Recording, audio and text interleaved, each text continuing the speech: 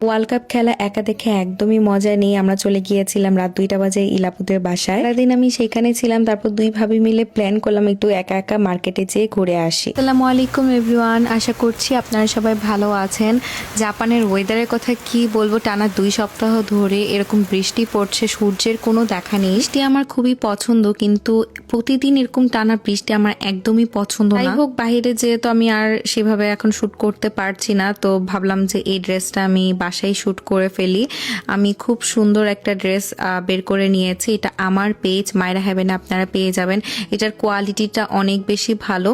আসলে এই ড্রেসটা অনেকেই নিতে চাচ্ছিলেন, আমি এটার শুধুমাত্র হচ্ছে 38 আর 40 সাইজটাই হচ্ছে নিয়ে আসতে পেরেছি। কাপড়ে আসলে এই ড্রেসটা নিতে পারিনি আমার পেজ থেকে, কারণ এটা শুধুমাত্র আমি 38 আর 40 সাইজটাই এনেছি। আসলে বুঝতেই পারিনি আমার আপুরা আসলে এত এত পছন্দ করবে এই ড্রেসটা।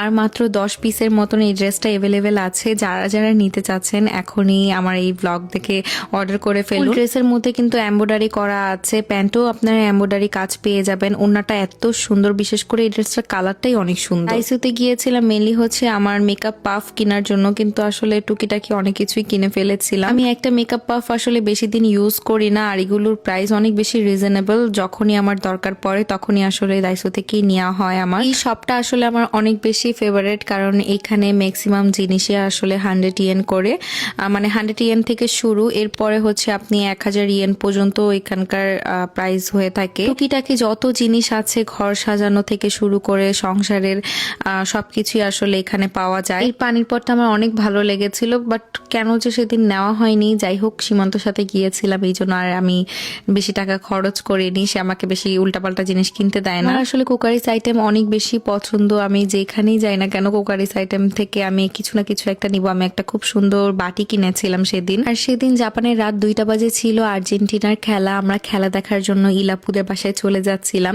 আসলে সবাই একসাথে বসে খেলা দেখতেই মজা লাগে। আমি একদম ঘুমানোর প্রিপারেশন নিয়ে নিয়েছিলাম। সীমান্ত বলছিল যে চলো একসাথে বসে হচ্ছে খেলা দেখবো সেখানে যেয়ে। এরপর সবাই মিলে একসাথে খেলা দেখতে বসেছি।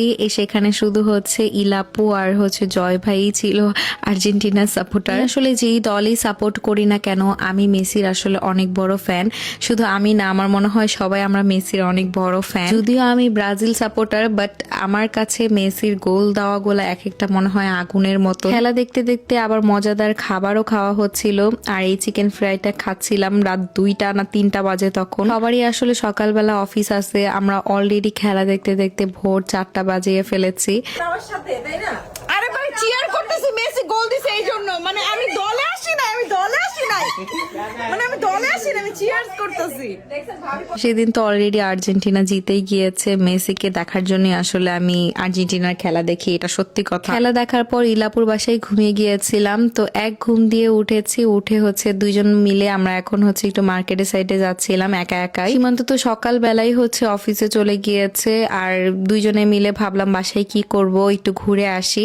আপুর বাসার সামনে থেকে হচ্ছে এই বাসে উঠেছি আমরা দুজন মিলে। বাস থেকে নেমে আপুদের বাসার সামনে ইয়োশিকাওয়া স্টেশনে আমরা চলে আসি। এই স্টেশন থেকে এক স্টেশন পরে আসলে লালাপোর্ট, তো সেখানে যাব ভাবছি আজকে। আসলে মাঝে মাঝে একা একা বাহিরে যেয়ে ঘুরে আসি, একা একা বের হই, কিন্তু ইলাপু একদমও বাসা থেকে হচ্ছে বের হয় না, মানে ভাইয়ার সাথেই হচ্ছে বের হয়, একা কোথাও যায় না আর কি। আসলে একা একা বের হয়ে বাহিরে অনেক কিছু শিখতে পেরেছি জাপান সম্পর্কে, যেগুলো আমি আসলে একদমই জানতাম না। এই তো ট্রেনে করে অলরেডি আমরা মার্কেটে চলে এসেছি। ফার্স্টেই হচ্ছে H&M চলে যায়। এখানে কিছু ড্রেস দেখছিলাম, একদম সব পিঙ্ক কালারের মধ্যেই আমার চোখ যায়। শপিং মলে এখন সব জায়গায় একদম 50% মতন হচ্ছে ডিসকাউন্ট চলছে। যাই হোক, আমি তারপরে জারাতে যাই।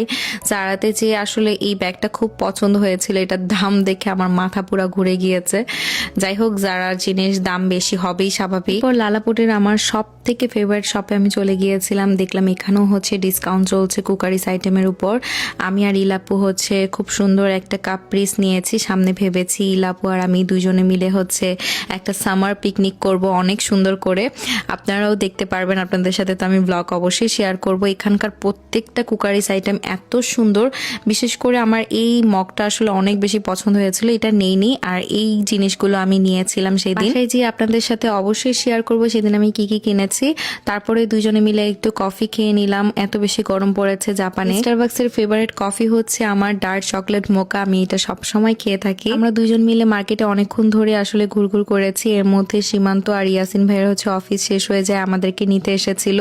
আমি আমার জামাইকে দেখে আমার মাথাটা পুরো নষ্ট হয়ে গেছে। আমি ভাবলাম যে না, এই সুযোগ আছে, এর মধ্যে আমি আমার যত স্কিন কেয়ার কেনার সবকিছু আজকে তার কাছ থেকে কিনে নিব। আসলে এরকম চান্স কখনোই হাতছাড়া করি না, চান্স পেলেই ডান্স মেরে দিই। এরপর ইলাপুরা তো হচ্ছে ইলাপুদের মতন বাসায় চলে গিয়েছে। আমি তারপরে হচ্ছে একটু বঙ্গবাজারে এসেছিলাম। এখানে এসে আমি কাচকি মাছ নিয়েছি। আমার আসলে কাচকি মাছ আবার খেতে ইচ্ছে করছিল। একবার খেয়ে আমার এত বেশি ভালো লেগেছিল। কয়েকদিন পর পরে আমার বাজারে আসতে লাগে, কারণ আমার ফ্রিজটা এত বেশি ছোট, আমার ফ্রিজে আসলে তেমন কোনো কিছু জায়গায় ধরে না। এখন আপনাদের সাথে শেয়ার করি কি কি কিনলাম।